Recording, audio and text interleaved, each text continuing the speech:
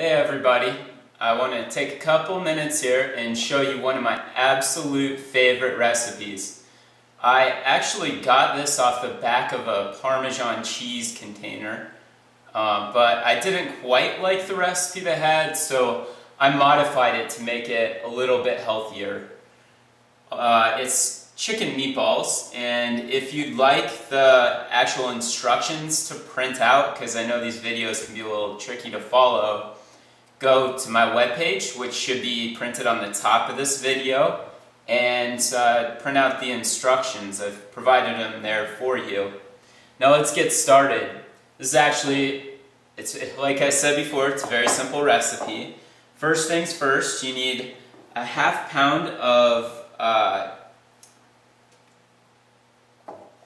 ground chicken breast. I've gotten the variety without the skin. You'll need 1 egg, so I'll go ahead and put the egg in there. Now if you're conscious about cholesterol and scared of eggs, you can use 2 egg whites. I've done that as well. Tastes pretty much the same.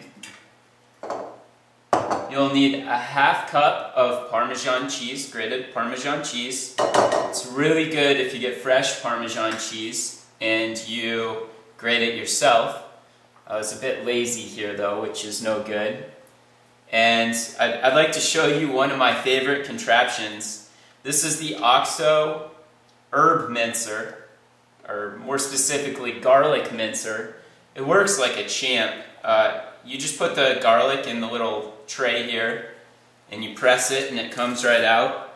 Actually, I had a difficult time finding this, so I had to order it through Amazon. I can show you the link if you're interested in getting one. It's going to be on my webpage in the post. It's just fantastic. I tend to mince and cook with a lot of garlic, and this really does the trick. Not only that, pressed garlic, I've read, has many more properties. The actual action of pressing the garlic releases things from the herb that you wouldn't get otherwise. Now here, I'm going to show you very quickly the best way to mince herbs, as leafy herbs like cilantro and parsley, as I have here, because this recipe takes a ¼ cup of parsley.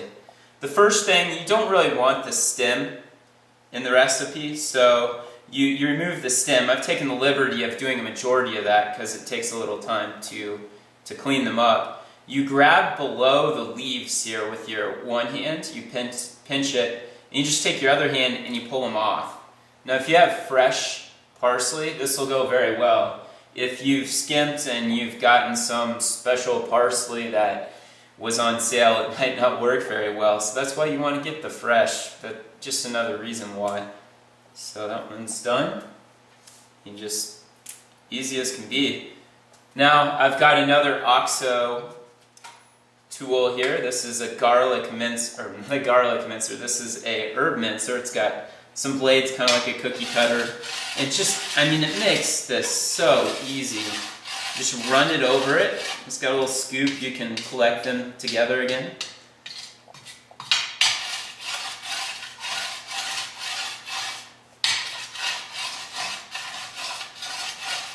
It makes perfectly minced herbs.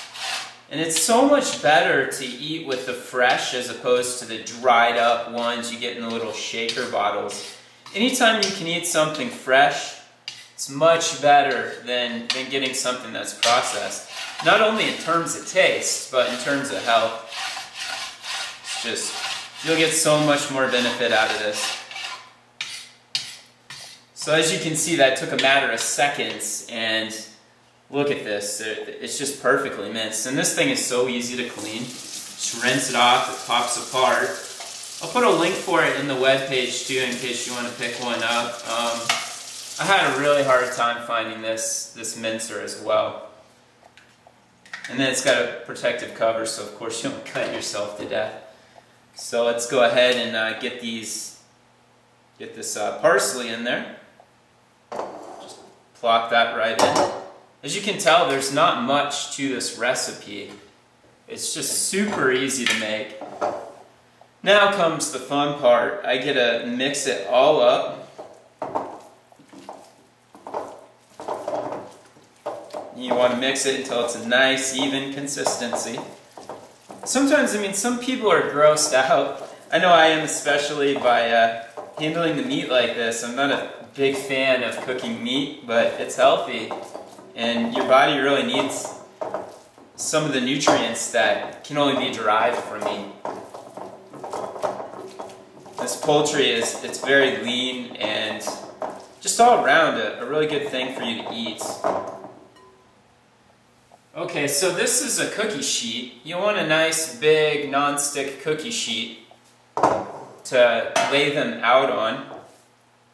You just grab a little bit of them and you kind of, let's see here, this makes about 12 meatballs. Just kind of plop them back and forth. They'll be fairly round and then you set there on your cookie sheet. That's just about all there is to this. You know, it's kind of boring if I just stand here and talk about making these and how they feel in my hand. So I'm going to tell you a little story. I think you can see the shirt I'm wearing here. I ran a race a couple months back. I'm an avid runner. I really enjoy running, and this race was like no other. It was not so well-known race, but it's a fundraiser for the Hopi Nation. It's an Indian tribe up in northern Arizona, and they celebrate each year coming of the water because, as you know, in the desert it's hard to come by water, and they have a series of wells they built over hundreds and hundreds of years to collect this water off a really, really big mesa. Now the race runs a whole 30 miles around all these different wells they've put together.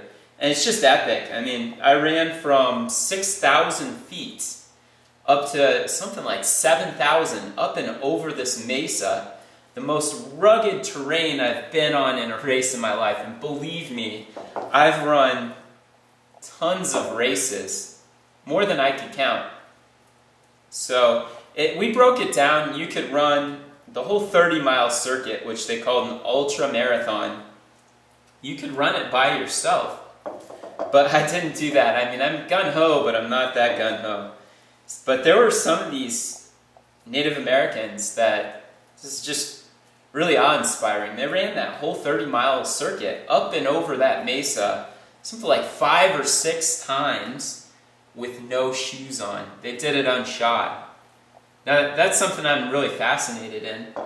I would like to, and have been, training without shoes, kind of. I wear Vibrams, and I also have a post on that if you're interested in learning more. But it's just a really cool race all around. I've got a lot of respect for those guys that run that and put that on. And it really didn't cost much. I mean, it was 20 bucks. So I got this really cool t-shirt. And they cooked us traditional Hopi food. I was there for, it was well over a night, you know, it's 2 days or something like that. All the while they cooked us food and they served us. They're very generous people and I was really impressed. I hope to go back again next year and run the race when they put it on. Unfortunately, it's not as well known as it should be because just amazing race, just totally amazing and very, very challenging. So as you can see here, I've got all of my meatballs rolled up nicely and put on my tray. Mine came out to, looks like 10 meatballs. Maybe yours will be 12. It just depends on how big you make them. Not every time is it the same. Now, let me see what temperature we cook these at. Alright, so we preheat the oven to 375 degrees. And I should have done that while I was rolling them. You stick them in the oven for between 20 and 25 minutes. What I recommend doing is at 20 minutes, the timer goes off. You poke into one. If it's cooked all the way through, then you know they're done. Pull them out. If not, wait till 25 minutes and then pull them out. Now these are really good plain. I mean, I eat them all the time naked. or you can put your favorite low-carb spaghetti sauce on them. They're so good. I can't wait until you try them. Now, honestly, I'm kind of new to this YouTube thing, posting up videos, so if you have any comments as far as how you enjoy the recipe, or you couldn't see something in the video, you couldn't hear me, there's something else you'd like me to talk about, please make a comment. You can scroll down on the page and there's an area for you to follow up, and I'll get back with you personally on what we've done here. So thank you very much, and I hope you enjoy the recipe.